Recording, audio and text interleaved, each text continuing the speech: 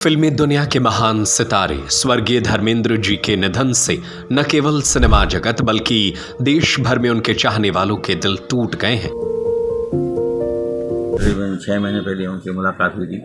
अच्छे थे, बढ़िया थे, सब चल फिर रहे थे।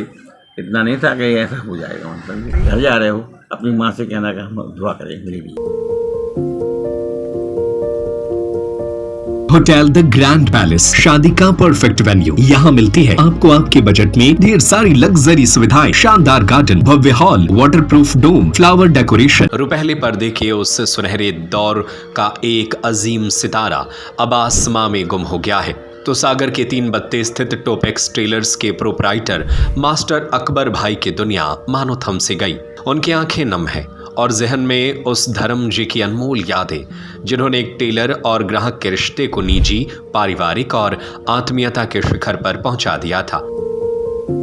अकबर भाई जो धर्मेंद्र के इतने करीब थे कि कुछ महीने पहले ही लोनावला स्थित उनके फार्म हाउस पर उनसे मिलकर आए थे, आज गहरे सदमे में हैं। वह कहते हैं कि धर्म जी सरीखे व्यक्तित्व का दूसरा आदमी न तो फिल्म इंडस्ट्री में न ही दुनिया में हो सकता है। अकबर भाई के अनुसार उनके और धर्म जी के रिश्ते की सबसे भावुक कर देने वाली मिसाल वर्ष 2000 में सामने आई, जब अकबर भाई सागर में अपनी टेलर्स शॉप चला रहे थे और अपनी बेटी शाहीन की शादी की तैयारी कर रहे थे। उन्होंने जब फोन पर यह खबर धर्म जी को दी तो उस महान कलाकार का जवाब किसी अभिभावक से कम नहीं था। धर्म जी ने तुरंत कहा, नहीं, मेरी मंजूरी के बगैर शादी नहीं होगी।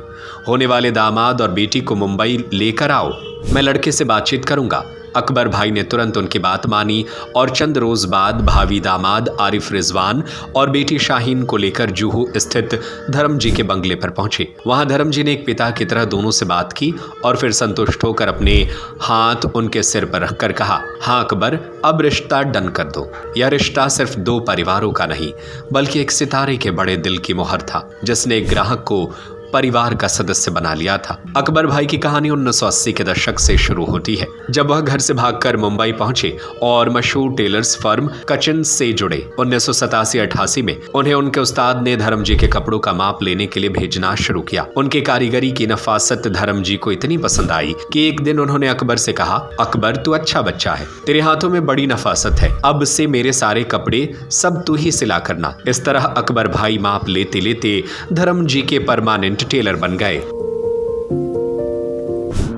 मुलाकात करना ऐसा है कि हम बहुत स्कूल में पढ़ते थे ना, जब इसे बहुत फैन थे, ठीक है ना। और काफ़ी उनके यहाँ जाते आते थे, बंगले पे चक्कर लगाते थे, कोई बाहर जाते थे लोग वहाँ जो जाए। एक दिन इत्तेफाक से उन्होंने हमको देखा बंगले की खिड़की ऊपर से, तो उन्होंने कहा बच्चे को बुलाओ यार अंदर। तो उन्होंने हमको अंदर बुलाया, तो पूछा कहाँ के हो, कैसे रहते हो, क्या करते हो। उन्होंने बताया, मैं यहाँ कपड़े सीखने का काम करता हूँ, यहाँ पर सागर MP का रहने वाला, और यहाँ अच्छा काम सीखने का आया। तो फिर उन्होंने मुझे हमको एक बॉम्बे की बेहतरीन बड़ी दुकान है, उसको फ़ोन किया मास्टर को, और उसके बाद किया इसको बेहतरीन जितना भी अच्छा काम हो सब सिखा। ये बंदा यहाँ नहीं रहेगा, ये अपने मुल्क देश जाएगा, गाँव में जाकर वहीं काम करेगा, यहाँ का नहीं करेगा, लेकिन गाँव जाए तो वहाँ गाँव के साथ बढ़िया काम करे बॉम्बे के साथ। वहाँ पर काफ़ी दिन हमने काम सीखा वहाँ। फिर उन्होंने हमको यहाँ पे बोला कि तुम सागर जाओ, वहीं से काम करना और मेरे कपड़े ले जाया करो, वहीं से बना के लाया। कितने साल तक आपने उनके कपड़े सिले होंगे लगभग? फिर उसके बाद हमने जब 4-5 साल में सागर में आ गया, उसके बाद फिर मैं गया, फुल तैयार हो गया।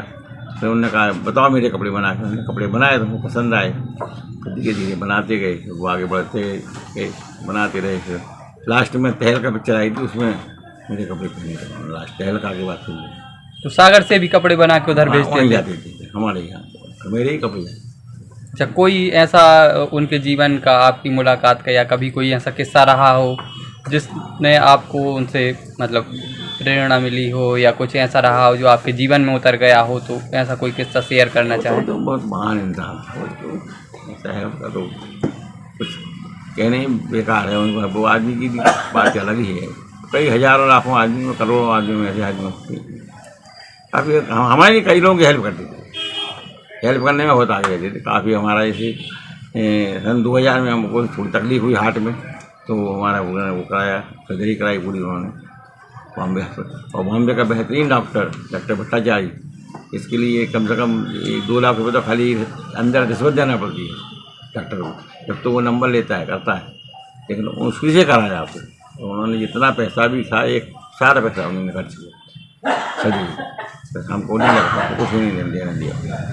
काफ़ी बहुत चाहते थे हमारे लिए। ये आपने बताया था अभी कि जैसे लातूर में जब भूकंप वगैरह आया था तो उस समय जब वो एक भूकंप आया था तो उसमें ये जितने फिल्म वाले हैं पूरी इंडस्ट्री गाड़ियों में चंदा करती थी, चंदा करने लगी। फिर हमको फ़ोन किया कि एक अच्छा काम है, आ जा बॉम्बे, हम लोग सब लोग चंदा कर रहे हैं, तू भी आ जा।